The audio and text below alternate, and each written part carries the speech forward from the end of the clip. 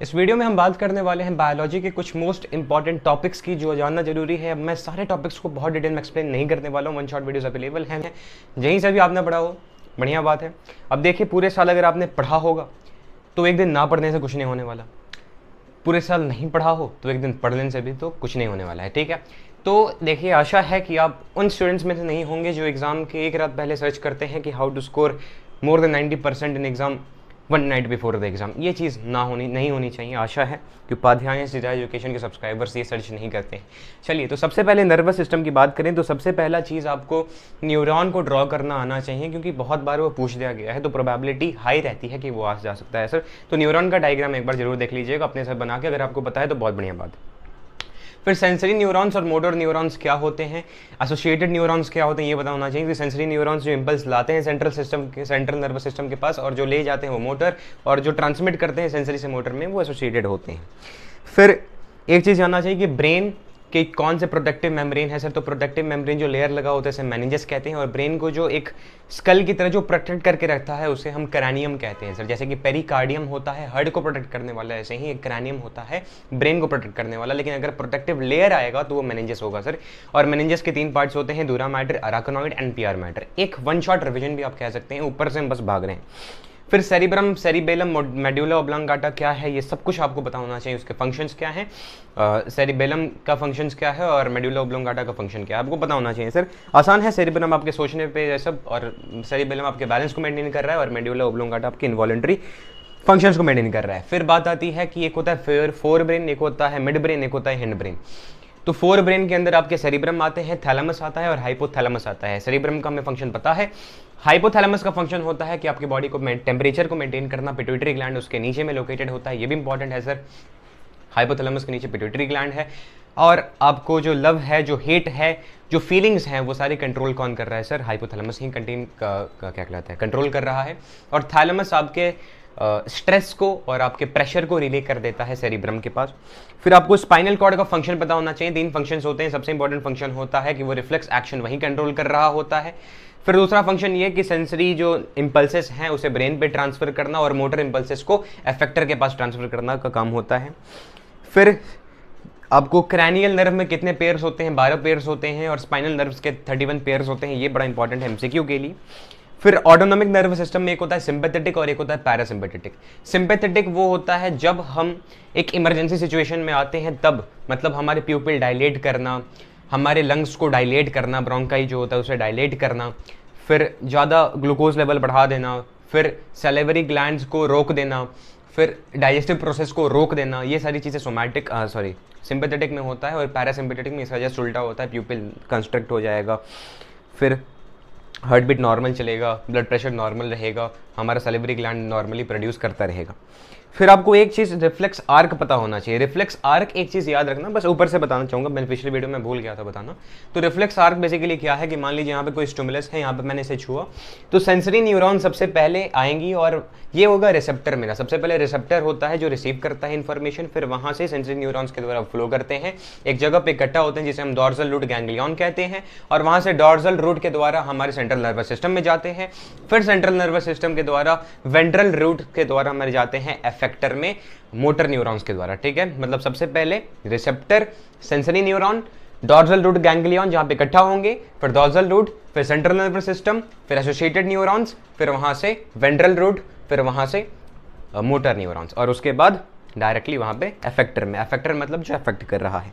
फिर corpus callosum और Pond's आपको पता होना चाहिए। तो कॉर्पस कैलोसम क्या है कि जो सेरिब्रल हेमिस्फीयर है उनके बीच का जो मिड पॉइंट है, जो कनेक्ट कर रहा है, जो इंपल्सेस को ट्रांसमिट कर रहा है, उसे कॉर्पस कैलोसम कहते हैं। और पॉन्स जो सेरिबेलम के हेमिस्फीयर को कनेक्ट कर रहा है। तो ये हो गया आपके नर्वस सिस्टम का। फिर एक्सक्रीटरी सिस्टम में आपको जानना चाहिए कि व्हाट इज एक्सक्रीशन, कि the process of removal of nitrogenous waste from our body is called excretion. फिर आपको ये पता होना चाहिए कि नाइट्रोजनियस वेस्ट क्या है। हमारी यूरिन के अंदर जो नाइट्रोजनियस वेस्ट क्या है, ये इंपॉर्टेंट है। अमोनिया है, यूरिक एसिड है, यूरिया है, और एक्सेस सॉल्ट्स हैं, एक्सेस सॉल्ट है आपका पोटेशियम वगैरह, ये सब आयंस है, एक्सेस विटामिन्स हैं। फिर आपको ये पता होना चाहिए कि स्फिंक्टर क्या है जो रिलीज होता है at the time of urination और वो गार्ड कर रहा होता है यूरेथ्रा को। फिर आपको किडनी का एक स्ट्रक्चर पता होना चाहिए कि किडनी का जो एक अंदर में एक पिरामिड होता है, जो पिरामिड स्ट्रिप्ड अपीयरेंस होता है, बहुत इंपॉर्टेंट ये क्वेश्चन बन सकता है सर, प्रीवियस में पूछा गया है। तो पिरामिड के पास स्ट्रिप्ड अपीयरेंस होता है मेड्यूला के अंदर, क्यों? क्योंकि उसके अंदर आपके हेनलीज लूप और कलेक्टिंग डक्ट होता है, और जो कॉर्टेक्स होता है, कॉर्टेक्स मतलब बाहर वाला पार्ट किडनी का, वो थोड़ा सा डॉटर अपीयरेंस होता है due to the presence of women's capsule, Malpighian capsule कह सकते हो, और क्या कहलाता है सर, पीसीडी एंड डीसीडी के चलते ये होता है सर, ठीक है। उसके बाद आपको नेफ्रॉन का एक स्ट्रक्चर ओवरव्यू पता होना चाहिए। एक चीज माल्पिगियन कैप्सूल का आपको एक स्ट्रक्चर पता होना चाहिए कि यहाँ से एफरेंट आर्टेरियल आया, फिर ग्लोमेरुलस में बटा, फिर एफरेंट आर्टेरियल में गया। अल्ट्रा फिल्ट्रेशन क्यों होता है? क्योंकि एफरेंट आर्टेरियल जो है वो थोड़ा सा नैरोवर होता है, पाइप थोड़ा सा पतला कर दोगे तो ज़्यादा फोर्स के साथ, ज़्यादा प्रेशर के साथ फ्लो करता है, उसी के चलते वहाँ से जो लिक्विड पार्ट है वो फ्लो आउट होता है, उसे हम ग्लोमेरुलर फिल्ट्रेट कहते हैं। तो ये स्ट्रक्चर पता होना चाहिए किस चीज़ का सर, माल्पिगियन कैप्सूल का।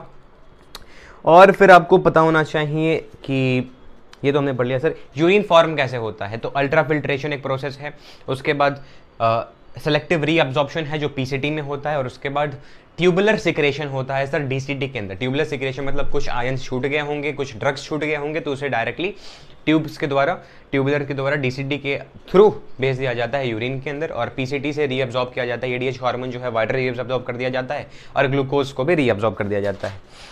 फिर बात आई कि यूरिन की कलर, यूरिन का कलर येलो क्यों है? Due to the presence of urochrome, urochrome के चलते यूरिन का कलर येलो होता है। फिर बात आती है कि एडीएच हार्मोन क्या है, तो एडीएच हार्मोन जो है हमारे किडनी के अंदर वाटर को रीअब्जॉर्प्शन करवाता है। फिर बात आती है कि डायलाइसिस क्या होता है सर, डायलाइसिस यही होता है कि जिसके किडनी खराब हो जाता है तो आर्टिफिशियल वे में हम ब्लड को प्यूरिफाई कर देते हैं, उसके अंदर से excess salt, excess water, excess vitamin, nitrogenous waste को रिमूव करके आर्टरी के द्वारा लेते हैं, फिर उसे मशीन के अंदर प्यूरिफाई करके वेंस में डाल देते हैं, यही होता है। तो यही से को हम डायलिसिस कहते हैं, आर्टिफिशियल किडनी को इसे कहा जा सकता है। और अगर दोनों ही किडनी अगर हमारी खराब हो गई होती हैं तो हमें 12 घंटे 2 बार वीक में, मतलब 12 आवर ट्वाइस अ वीक हमें ये करना होता है। फिर डायबिटीज इंसिपिडस क्या होता है? डायबिटीज इंसिपिडस होता है excessive urination due to the hyposecretion of ADH hormone. फिर ये चैप्टर हो गया सर। उसके बाद इंडोक्राइन सिस्टम जो मोस्ट इंपॉर्टेंट चैप्टर है सर, 17 मार्क्स ये कैरी कर रहा है, ज़्यादा आसान चैप्टर है। तो उसमें ये चीज़ डिफरेंस एक पता होना चाहिए कि हार्मोनल कंट्रोल और नर्वस कंट्रोल में डिफरेंस क्या है। तो हार्मोनल कंट्रोल क्या होता है सर? स्लो प्रोसेस है, नर्वस कंट्रोल फास्ट प्रोसेस है, जैसे कि रिस्पॉन्स आप फास्ट देते हो। फिर हार्मोनल कंट्रोल में आपका ग्रोथ जो है वह इफेक्ट होता है, क्योंकि ग्रोथ हार्मोन इफेक्ट कर रहा है, लेकिन नर्वस कंट्रोल में आपका कोई भी ग्रोथ इफेक्ट नहीं होता है। फिर इंपॉर्टेंट चीज़ है कि जो इफेक्ट होता है हार्मोनल कंट्रोल का वो लॉन्ग टर्म होता है, और जो नर्वस सिस्टम का जो इफेक्ट है वो बहुत ही शॉर्ट टर्म होता है। फिर हमारे ग्रोथ का इफेक्ट करता है, ये सब चीज़ें हैं। उसके बाद हार्मोन्स क्या होते हैं, ये चीज़ आपको पता होना चाहिए sir. Hormones are the chemical substances that are secreted by the endocrine or the exocrine glands into our blood and that flows throughout the blood, but they act on a target organ and they are biologically very active, they are in very small quantity, लेकिन उनका अगर hyposecretion या hyper secretion हो गया तो उससे कुछ ना कुछ डेफिशिएंसी हमें जरूर होती है, हमारे शरीर में सीवियर कॉन्सिक्वेंसेज हो सकते हैं। और उसके बाद बात आई कि एड्रेनल ग्लैंड, तो एड्रेनल ग्लैंड का एक एड्रेनल कॉर्टेक्स होता है और एक एड्रेनल मेड्यूला होता है। तो कॉर्टेक्स जो है बाहरी पार्ट वो रिलीज करता है कॉर्टिसोन, और मेड्यूला जो है वो रिलीज करता है एड्रेनलिन।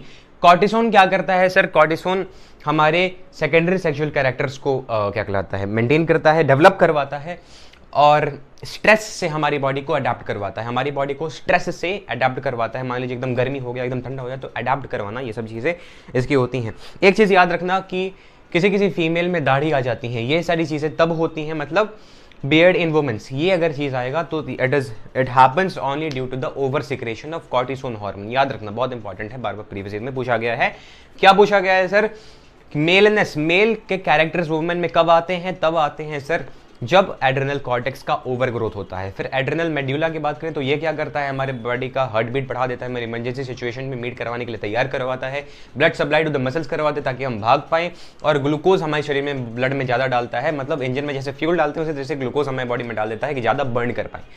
फिर इसका अगर हाइपोसिक्रेशन होता है सर, तो हाइपोसिक्रेशन अगर एड्रेनल कॉर्टेक्स का होता है वगैरह वगैरह, तो हाइपोसिक्रेशन में 3 बीमारियां होती हैं। एक होता है माइक्सोडेमा, एक होता है क्रेटिनिज्म, और एक होता है सिंपल गॉइटर। सिंपल गॉइटर किस लिए होता है? एक चीज़ याद रखना कि सिंपल गॉइटर, ये मैंने क्या पढ़ा दिया सर?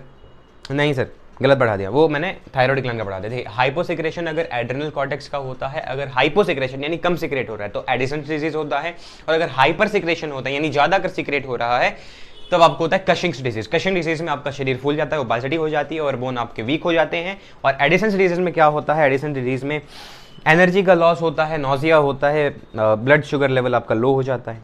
फिर बात करें कि पैनक्रियास, तो पैनक्रियास एक ही आपके ग्लैंड है जो दो एक्सोक्राइन भी है जो एंडोक्राइन भी है। एक्सोक्राइन कैसे है सर, पैनक्रियास लोकेटेड कहाँ है, ये चीज़ याद रखना, पैनक्रियास लोकेटेड है हमारे स्टोमक के पीछे, एब्डोमेन के अंदर, behind our stomach inside the abdomen. और इंपॉर्टेंट चीज़ क्या है, तो पैनक्रियास देखिए दो ही फंक्शंस कर रहे हैं, एक एक्सोक्राइन एक एंडोक्राइन। कैसे कर रहे हैं ये हमने बताया था कि एक्सोक्राइन एंजाइम्स लगाता है और एंडोक्राइन में स्लेट ऑफ लैंगरहैंस होते हैं, और स्लेट ऑफ लैंगरहैंस जो है वो रिलीज करते हैं अल्फा और बीटा, अल्फा से ग्लूकागोन, बीटा से इंसुलिन। इंसुलिन क्या करता है, आपके शुगर लेवल को लोअर करता है, और ग्लूकागोन आपके sugar level, lower sugar level को बढ़ा देता है। इंसुलिन बेसिकली एक्स्ट्रा ग्लूकोज को ग्लाइकोजन में कन्वर्ट करता है। अगर इंसुलिन का हाइपोसिक्रेशन होता है, यानी कोई कंट्रोल करने वाला शुगर लेवल नहीं है, यानी आपके शरीर का शुगर लेवल बढ़ जाएगा, और इस बीमारी को हम कहते हैं डायबिटीज मेलिटस। एम से हो गया सर मीठा, याद करने का तरीका। और डायबिटीज मेलिटस में क्या होता है, आपका शरीर का शुगर लेवल बढ़ जाता है और यूरिन में भी आपके शुगर आने लगते हैं, क्योंकि बॉडी यूरिन के द्वारा उसे निकालना चाहता है एक्स्ट्रा ग्लूकोज को।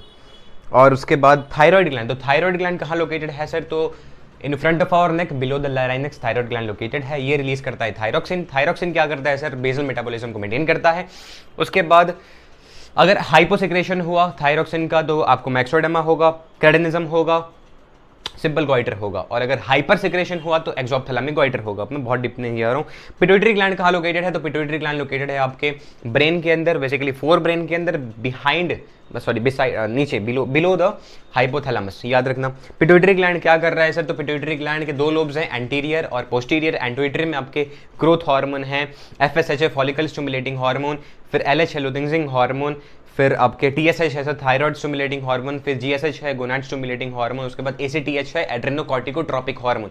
ये सारे क्या जो कि पिट्यूटरी ग्लैंड को मास्टर ग्लैंड क्यों कहा जाता है, ये इंपॉर्टेंट है सर, इसलिए क्योंकि वो ट्रॉपिक हार्मोन रिलीज करता है, और tropic hormone are the hormones that stimulates the gland to secrete their specific hormones. उसके बाद TSH क्या कर रहा है सर, थायराइड को स्टिमुलेट करवा रहा है। ACTH क्या कर रहा है, एड्रेनोकॉर्टेक्स को क्या कर रहा है, स्टिमुलेट करवा रहा है कि वो कॉर्टिसोन हार्मोन छोड़े। फिर लुटेंजिंग क्या कर रहा है सर, कि sperm development in main and egg development in women करवा नहीं कॉर्पस लूटियम को मेंटेन करवा रहा है और टेस्टोस्टेरोन को रेगुलेट करवा रहा है। और FSH क्या कर रहा है, स्पर्म डेवलपमेंट इन मेन और एग डेवलपमेंट इन वुमेन करवा रहा है सर। फिर पोस्टीरियर पिट्यूटरी में आपके ऑक्सीटोसिन है और ADH हार्मोन है। तो ऑक्सीटोसिन क्या करता है, at the time of child birth uterus को कॉन्ट्रैक्ट करवाता है, ऑक्सीटोसिन कहते हैं उसे।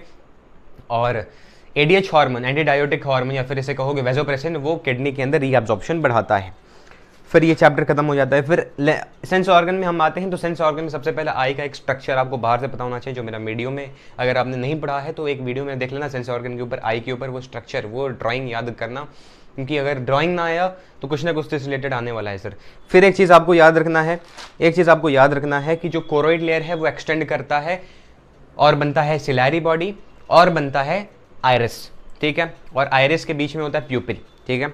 और उसके बाद रॉड कॉन्स कहाँ होते हैं, तो रेटिना में होते हैं। आर से हो जाता है रात, तो वो रात में एक्टिवेटेड होते हैं, और कौन से ब्राइट लाइट में एक्टिवेटेड होते हैं। फिर येलो स्पॉट क्या है सर, तो एरिया ऑफ बेस्ट विजन है। ये सब चीज़ें पता होनी चाहिए। फिर सिलैरी मसल्स, फिर ये चीज़ इंपॉर्टेंट है कि लेंस को पोजीशन में कौन रखता है, तो सिलैरी मसल्स रखते हैं, बेसिकली सस्पेंसरी लिगामेंट्स उनको पोजीशन में रखे हुए हैं। फिर आई के चैम्बर्स होते हैं, एक होता है एक्वास चैम्बर, एक होता है विट्रियस चैम्बर। तो विट्रियस चैम्बर क्या है सर, बिहाइंड द लेंस, और aqueous chamber before the lens, between the cornea and the lens. और आई बॉल को शेप में रखने का काम विट्रियस चैम्बर ही करता है। एक चीज़ बहुत इंपॉर्टेंट है, समझो यहाँ समझो, याद कर लो कि कोरोइड लेयर जो है, कोरोइड लेयर वो रिफ्लेक्टिंग ऑफ लाइट प्रिवेंट करता है। इंपॉर्टेंट है सर।